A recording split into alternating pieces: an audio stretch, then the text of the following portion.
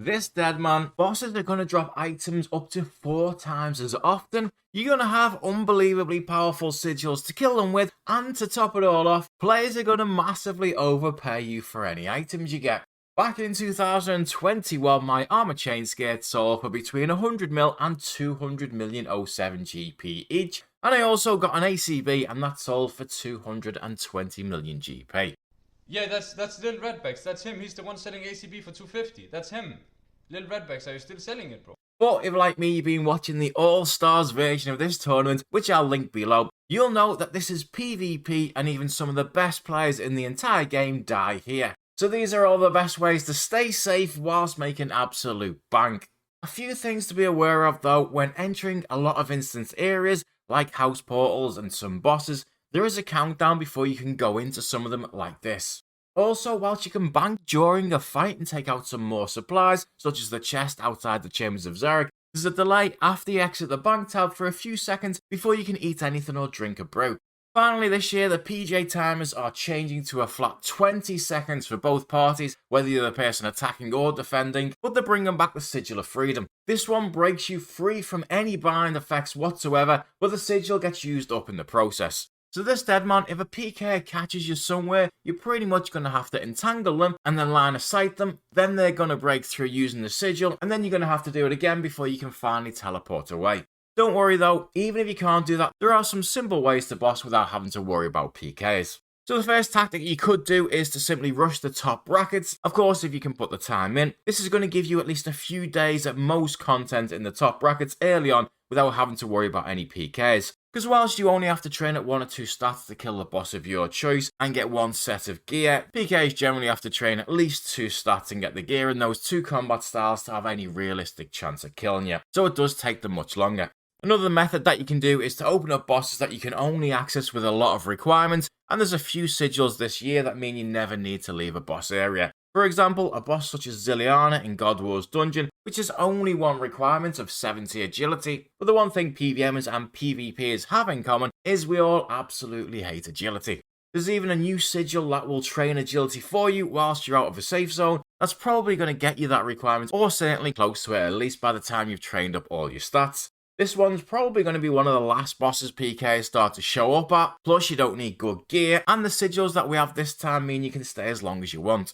The Sigil of Stamina always puts you under the effects of a stamina potion, which will save you having to bring those potions. Restoration will heal you for more than the damage that you're going to receive, and then just add in one of the DPS sigils such as Thralls, which makes kills much faster. Or instead, if you prefer, you can use Last Recall to allow you to keep teleporting back straight outside of any boss, and then take 2 other sigils that increase your damage. For teams, I would imagine 3 or more in Black D'hide with Rune Crossbows and Ruby Bolts could farm next without risking too much at all. The drops here are good for PvP and PvM, so are going to be worth a lot. And again, the Sigil of Restoration will be healing you throughout the fight, paired with Titanium, which reduces damage by 60% in PvM. And then you can just add in Thralls again, or Swashbuckler, which increases the speed of your Rune Crossbow attacks by 1 tick, or even just simply Ruthless Ranger that does extra range damage, and the boss is going to be very easy to farm, even with a small team and budget gear. The requirements of 70 hit points, range, strength, and agility mean most players can't come here, and no one in the right mind is going to be leveling up those stats just to try and kill people in Black D'hide. Since you don't lose any active sigils on death, your only real risk at Ziliana or next is going to be about 100 to 150,000 GP.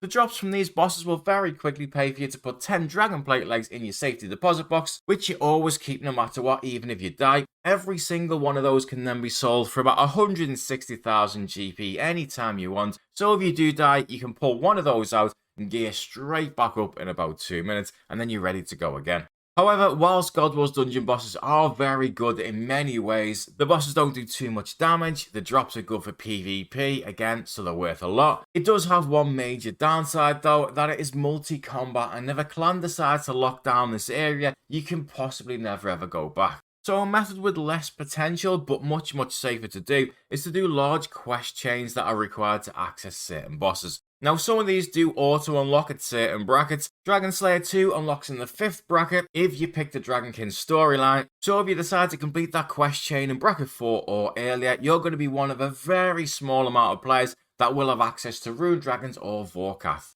Song of the Elves never auto-complete, so doing the quest in any bracket will give you access to the Gauntlet and Volcano too. Plus, you don't need any items for the Gauntlet once it's unlocked, so even if you die, you can just run back and go again. You don't even need to loot the chest if there's a PK about, and if any PK actually bothers to do the Song of the Elves with all of those requirements to kill people with practically no risk, then... The only problem with this strategy is it takes a couple of days to do the quest and get all the requirements. So by that time the exchange rate's usually between about 10 and 15 to 1, roughly it changes every year, meaning every million you make in Deadman, people will buy it off you for between 10 and 15 million GP. That's still going to be amazing money for the first few days at these bosses, but by the end of the first week the exchange rate will have dropped from about 1.5 million 07 GP for every 1 million of Deadman that you make, and then these bosses just aren't that great anymore.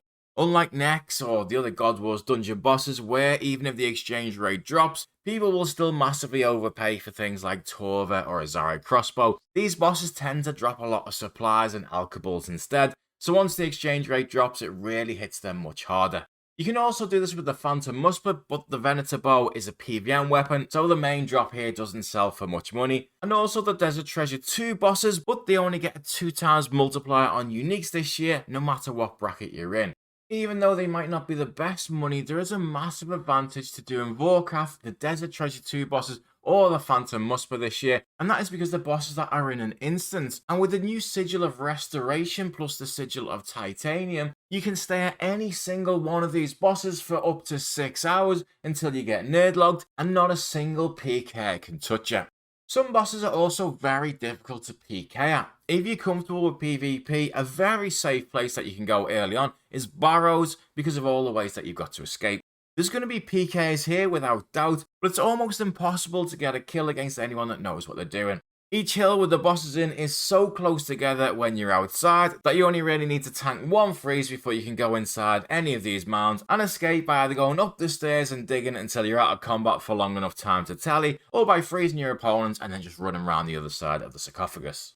Inside, it's even harder to PK anyone. The layout is different for every single player. In Deadman mode, sometimes the doors jam too, allowing players to easily gap the other player, and there's a ton of creatures in the way too, which are going to put both of you into combat. Now, Barrow's gear is not going to make you billions, but it is a good money maker for the first few days, and at least you're leveling stats at the same time too. For the really, really big money though, you're going to want to raid, and the most profitable by far is the Chambers of Xeric, because even with booster drop rates, we don't get enough Arcane or Dex Prayer Scrolls for everyone in time for the final, and you know, sometimes we forget just how good these items are because of how cheap they are in the main game. Even though the two of the most common items that you can get from here, they're worth over 100 million GP each, all the way until the end of the tournament, with the first ones being worth even more. And that doesn't even include things like Ancestrals, which are also massive, Dragon Claws, Kodai, and Twisted Buckler. Whilst the other raids do have some good drops, they just don't have as many good ones for PvP, and the VLS is also far superior to both the Rapier and the Fang. The downside though is there's absolutely no requirements to come here, so PKs just camp here the entire tournament. The only good news is that there's not tons of them here because they do compete against each other, so there tends to be just a few hopping between worlds. But that being said, if you are decent at PvP, don't let that put you off, especially because you can massively reduce your risk here now that there's a bank inside the raid. That means you can use the Sigil of the Guardian Angel, which will protect your entire bank if you die, which means you're just risking what you've got on you.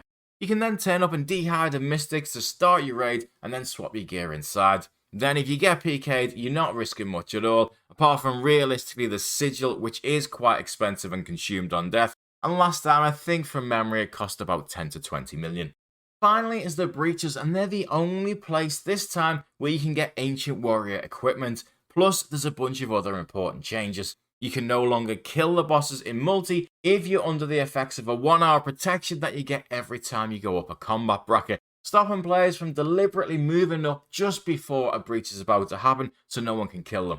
Also, the Enchanted Ruby Bolt proc's not going to work on any of the bosses, and they may also have some new mechanics that they don't usually have in the main game, and there's no information yet on what that's going to be, which is going to make it really fun for the first breach for sure.